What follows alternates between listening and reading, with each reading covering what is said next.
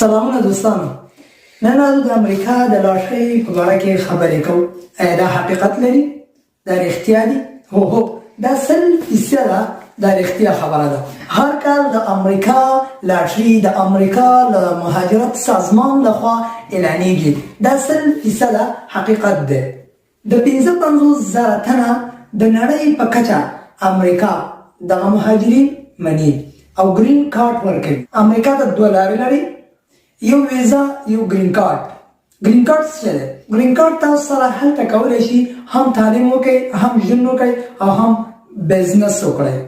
او ویزا د خاصو شرایطو لپاره ورکول کیږي. د امریکا لاټرۍ مشخص وخت لري، د اکتوبر د 6 2020 تر د نومبر تر 9 2020 پورې وخت لري. تاسو هلای شئ چې په دومره وخت کې خپل فورم ډک کړئ او اپلای ورته وکړئ.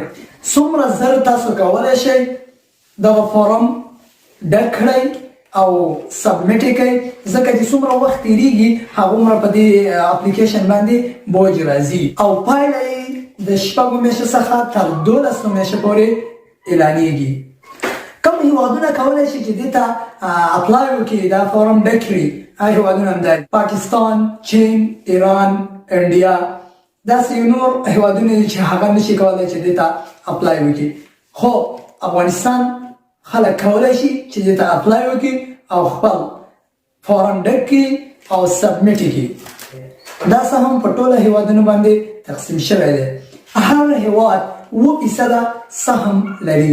نه افغانستان هم 7% سهم لري. 3,850 نفره له افغانستان څخه امریکا قبلولی شي او گرین کارت ورکولی شي. دا لاټرۍ شرایط لري، باید په هغه شرایطو باندې موږ برابر اوسو. اول باید د 12 زده کړې دې کړې وي یا 2 کلنه تجربه ولري په یو څه شي کې مسلک د یو څه شي زده کړې دې کړې وي 2 کاله په هغه کې دا مهارت ولري. دوهم نمبر، که چیرې ستاسو عمر له 18 کلونو څخه کم وي نو ستاسو وارث کولی شي چې اپلای وکړي، او که چیرې جګ وي د 18 کالو څخه عمر نو تاسو په خپله اپلای کولی شئ. څلورم نمبر، تصویر. په دې سکرین کې تاسو سره تصویر ښکاري، باید داسې تصویر برابر کړئ ډېر صفا واوسي. عینکې باید استعمال نه کړو، ماسک استعمال نه کړو، هینډسپری نه، غوږونه باید پټ نه شي، زموږ ویښته باید داسې برخه پټه نه شي چې موږ ته پکې مشکل پیدا شي، ځکه چې تصویر خراب وي ستاسو کیس مکمل ریجیکټ کوي او ختم کوي. نو باید دې شیانو ته جدي پام وکړو. تصویر داسې باید برابر کړو. تصویر باید دغومره سایز ولري، بیکګراوند باید سپین وي. 5م نمبر، پاسپورت. پاسپورت ډېر مهم دی. که پاسپورت نه وي نو تاسو اپلای نشئ کولی. ځینې خلک وایي چې تذکیره، څومره معلومات چې ما راغونډ کړي دي او څومره معلومات چې زه لرم، نو چې پاسپورت نه وي ناممکن دی. یا ستاسو په کورنۍ کې باید حتما یو کس پاسپورت ولري. که چیرې پاسپورت نه وي نو تاسو اپلای نشئ کولی، تذکیره نمبر نه مني. 6م نمبر، تاسو یو ځل کولی شئ چې اپلای وکړئ. که چیرې تاسو دویم ځل اپلای وکړه نو تاسو دواړه ریجیکټ کیږي. کوم ډاکومنټس، کوم اسناد باید تاسو سره ضروري وي؟ اول نمبر پکچرز، تصویر. دویم نمبر پاسپورت. دریم نمبر سرټیفیکیټ، زده کړې اسناد. څلورم نمبر د کار تجربه. 5م نمبر ایمیل اډرس. 6م نمبر پوسټ ایمیل یا فون نمبرز. تاسو کولی شئ چې دې ویب سایټ ته اپلای وکړئ. زیاتره خلک وایي چې ډیوا لاټرۍ دا رښتیا ده. هو دا بالکل حقیقت دی. 100% 7% افغانستان ته سهم ورکول شوی دی. 3,850 نفره کولی شي چې گرین کارت د امریکا واخلي، خپل بخت وازمایي. زیاتره خلک وایي زموږ اپلای کینسل کیږي. دا ولې؟ لاملونه څه دي؟ ستاسو تصویر مهم شی دا دی، تصویر اندازه ستاسو برابره نه وي.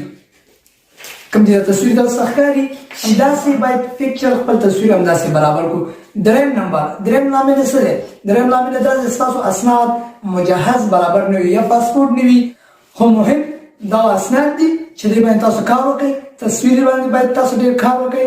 تصویر یو ایپس دی، ان شاء الله په نیکسټ ویډیو کې به تاسو سره د هغه اپلیکیشنز درخېما چې هغه کې څنګه تصویر برابرول.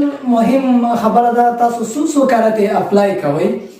د یو ځل نه چې تاسو یو ځل کولای شئ چې اپلای وکړئ، که دویم ځل دریم ځل تاسو اپلای وکړئ تاسو هغه لومړی اپلای چې دا هغه رجیکټ کیږي، هغه ختمېږي. کوشش وکړئ چې یو ځل اپلای وکړئ.